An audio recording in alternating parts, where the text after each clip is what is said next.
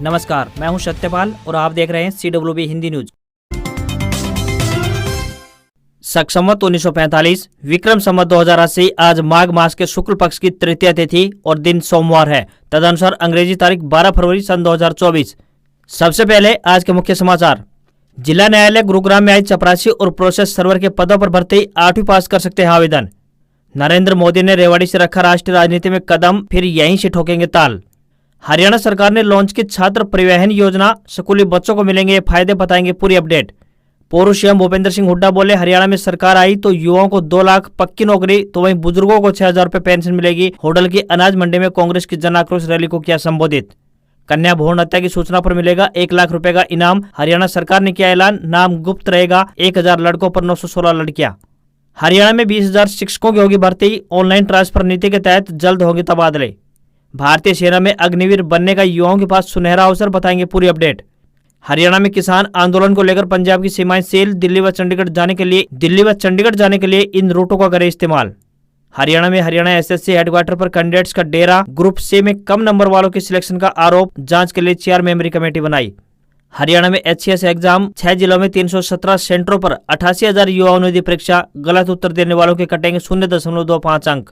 NEET UG 2024-25 के registration वे शुरू। 13 language में होंगे एग्जाम। 9 मार्च लास्ट डेट, बताएंगे पूरी अपडेट। हांसपुर बॉर्डर पर बिछी कील। टिकरी बॉर्डर के बैरिकेड्स पर कंटीले तार, तो वहीं शंभू व दाता सिंह बॉर्डर व हल्द्वानी बॉर्डर पर लगे सीमेंटेड ब्लॉक। भारतीय टीम का सपना टूटा। अंडर 19 वर्ल्ड कप फाइनल में ऑस्ट्रेलिया ने पहली बार हराया, 4था टाइटल जीता। और अब खबरें विस्तार से। हरियाणा में मौसम का मिजाज लगातार बदल रहा है। मौसम का मिजाज बदलने की वजह से स्वास्थ्य पर भी बुरा प्रभाव पड़ रहा है। मौजूदा समय में बात करें तो रात का न्यूनतम तापमान 3.9 डिग्री सेल्सियस तक पहुंच गया है। इसी वजह से कुछ जगहों पर पाला जमने की स्थिति भी देखी गई है। इससे किसानों की चिंता बढ़ गई है। कुछ जिलों में दिन का तापमान 22 से 24 डिग्री सेल्सियस तक दर्ज किया गया है। ये सामान्य से अधिक है। मौसम साफ होने पर रात में ठंड अधिक होती है। फिलहाल प्रदेश में हिसार की रातें सबसे ठंडी दर्ज की गई है। कृषि मौसम विज्ञान विभाग के विशेषज्ञों का कहना है कि 13 और 14 फरवरी को आसमान में बादल छाए रहने की संभावना है। डिस्ट्रिक्ट एंड सेशन जज गुरुग्राम की तरफ से प्रोसेस सर्वर तथा चपरासी के पदों पर भर्ती के लिए आवेदन मांगे गए हैं। पुरुष या महिला जो भी उम्मीदवार इच्छुक है वह अपने आवेदन भारतीय डाक के माध्यम से भेज सकते हैं। आवेदन करने की आखिरी तारीख 16 फरवरी 2024 है। प्रोसेस सर्वर के पदों के लिए उम्मीदवार का 10वीं पास होना जरूरी है तथा उम्मीदवारों को हिंदी या फिर पंजाबी का ज्ञान होना चाहिए। वहीं चपरासी के पदों के लिए उम्मीदवार 8वीं पास होने चाहिए तथा उन्हें हिंदी या पंजाबी का ज्ञान होना चाहिए। किसी भी वर्ग के उम्मीदवारों को कोई भी आवेदन शुल्क नहीं देना होगा, यानी ये भर्तियां बिल्कुल फ्री है। आयु सीमा की बात करें तो 18 वर्ष से लेकर 42 वर्ष के बीच होनी चाहिए। उम्मीदवारों से विनम्र निवेदन है कि भर्ती के लिए आवेदन करने से पहले आधिकारिक विज्ञापन जरूर देख लें।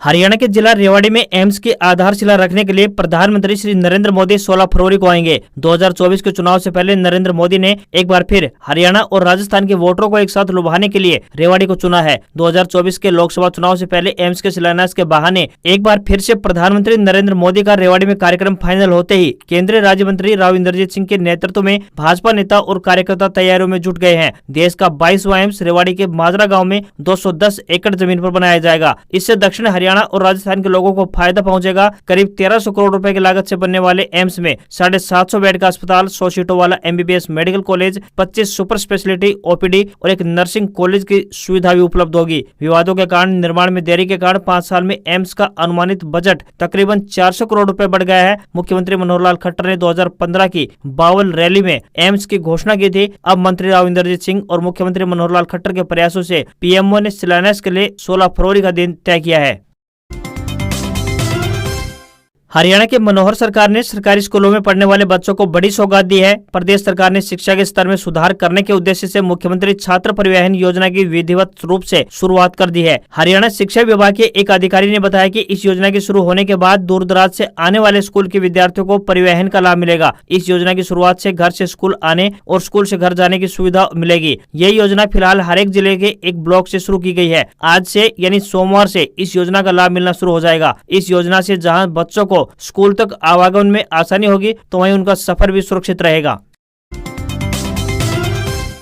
पंजाब और हरियाणा के किसानों का 13 फरवरी को दिल्ली कूच के ऐलान से पहले केंद्र सरकार ने नाराज किसानों को मनाने की एक और पहल की है। सेंट्रल कोऑर्डिनेशन द्वारा 12 फरवरी को यानी आज संयुक्त किसान मोर्चा यानी गैर राजनीतिक और किसान मजदूर संघर्ष कमेटी को बातचीत का न्योता भेजा है। इस बातचीत में केंद्र सरकार की ओर से केंद्रीय मंत्री पीयूष गोयल, अर्जुन मुंडा और केंद्रीय राज्य मंत्री नित्यानंद राय बैठक में शामिल होंगे। वहीं दूसरी तरफ हरियाणा की मनोहर सरकार द्वारा किसानों को दिल्ली कूच से रोकने के लिए अपनाए गए हथकंडों से किसानों में भारी रोष बना हुआ है। वहीं बातचीत का न्योता मिलने के बाद किसानों ने देर रात पंजाब सरकार के अधिकारियों से बातचीत की है और बैठक में शामिल होने पर अपनी सहमति प्रदान की है। सीएम भगवंत मान के भी इस बैठक में शामिल होने की संभावना है। किसान नेता सरवण सिंह पंधेर ने बताया कि इंटरनेट सेवाओं पर रोक लगाना लोकतंत्र का उल्लंघन है। केंद्र सरकार एक तरफ तो बातचीत करने के मूड में है, तो वहीं दूसरी ओर हरियाणा सरकार ऐसी ओछी हरकत करने पर किसानों को उकसाने का काम कर रही है। सरवण सिंह ने कहा कि सारे देश के किसानों को 13 फरवरी को दिल्ली आने का आह्वान किया गया है और ये ट्रैक्टर मार्च बिल्कुल शांतिपूर्ण रहेगा। हम तब तक दिल्ली रहेंगे जब तक केंद्र सरकार उनकी बातों को नहीं मान लेती है।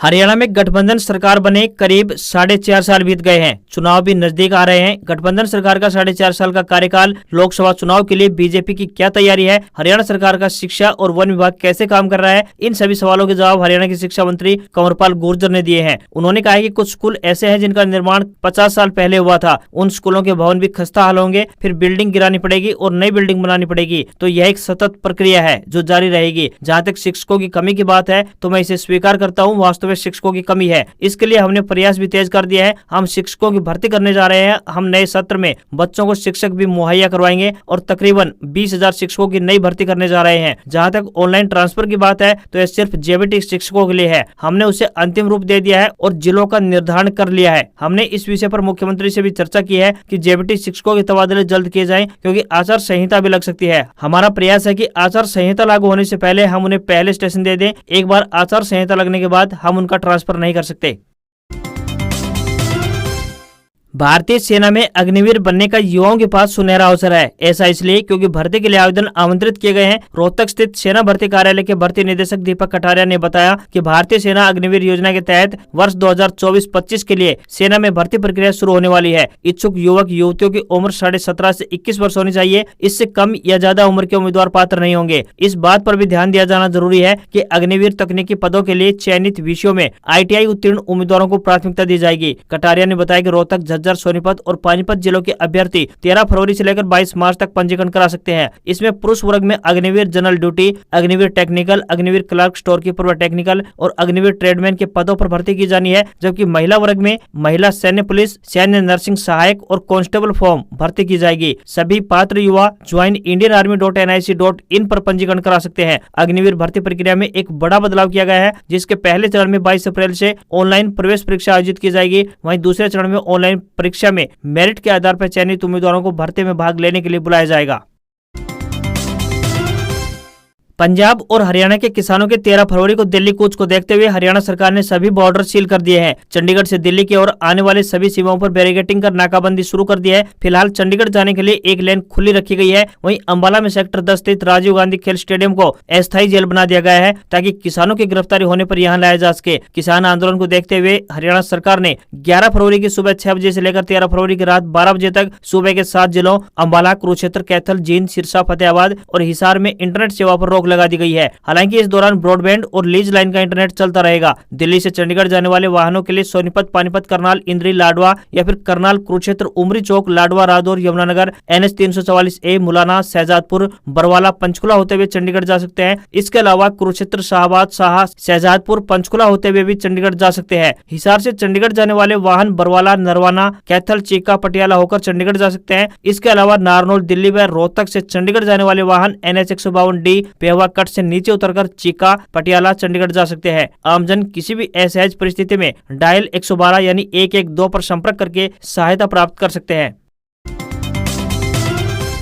पूर्व मुख्यमंत्री भूपेंद्र सिंह हुड्डा ने कहा है कि प्रदेश की जनता ने उन्हें जो ताकत दी है उससे वह प्रदेश में सरकार को बदल देंगे। आज प्रदेश में भ्रष्टाचार व अपराध चरम पर है। प्रदेश में हत्या, लूट व फिरौती न हो ऐसा कोई दिन नहीं बीतता। उन्होंने होडल के अनाज मंडी में कांग्रेस की जन आक्रोश रैली को संबोधित करते हुए यह बात कही है। प्रदेश में हमारी सरकार बनने पर हुड्डा ने कहा कि 6,000 रुपए महीने बुढ़ापा पेंशन देंगे, हर परिवार को महीने में 300 यूनिट बिजली मुफ्त देंगे, 500 रुपए में रसोई गैस सिलेंडर देंगे, खाली पड़े 2 लाख सरकारी पदों पर पक्की भर्ती शुरू करेंगे और जो कच्चे हैं उनको पक्का भी करने का काम करेंगे। वहीं 100 गज के मुफ्त यानी फ्री प्लाट की योजना दोबारा से शुरू करेंगे और उस पर 2 कमरों का मकान बनवाने के लिए सरकारी मदद भी देंगे। बैकवर्ड क्लास के क्रीमी लेयर आय सीमा को 6 लाख रुपए से बढ़ाकर 10 लाख रुपए करेंगे। वहीं पदक लाओ पद पाओ योजना फिर से लागू करेंगे। राज्यसभा सांसद दीपेंद्र सिंह हुड्डा ने इस अवसर पर कहा कि भीड़ से स्पष्ट हो गया है, अब होडल ने भी बदलाव का मूड बना लिया है।